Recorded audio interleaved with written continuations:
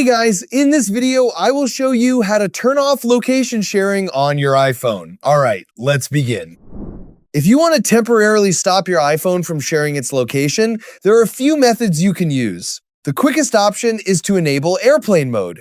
Swipe down from the top right corner of the screen to open Control Center, then tap the airplane mode icon. Make sure both Wi-Fi and cellular data are turned off as well. This disconnects your iPhone from the network, preventing it from updating its location until you're connected again. Another option is to disable location services completely. Open the Settings app,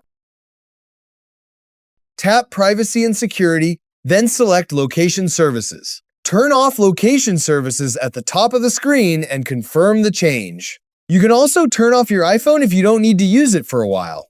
While certain Find My features may still work on supported devices, your live location will no longer update until the phone is powered on again. So that's basically how you can turn off location sharing on your iPhone. That's it for this video. Thanks!